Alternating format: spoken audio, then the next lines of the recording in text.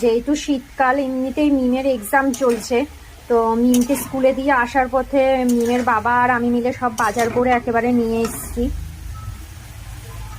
তো একা একা গুছাতে একটু করতে টাইমও লাগে জানো তো, এই কারণে একদিক করে নিচ্ছি। এটা করে তারপরে আগে একটু চা খেয়ে নেব। আজকে ব্রেকফাস্ট সেমন কিছুই করব না, ব্রেকফাস্টে মূলত আজকে আমরা চা বিস্কুটই খাবো, কারণ যেহেতু আজকে রান্নার চাপটা বেশি, সেই কারণে আজকে আর ব্রেকফাস্টটা করিনি। দেখো আজকে আমাদের বাড়িতে দুজনকে নেমন্তন্ন করেছি খাওয়ার জন্য।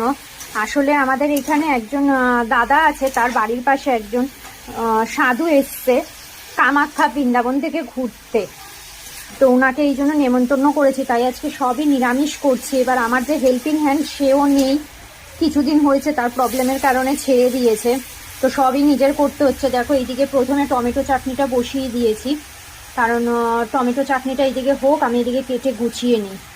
দেখো ফুলকপি আলু সিদ্ধ করে নিয়েছি, ফুলকপি আলু আর মটরশুঁটি।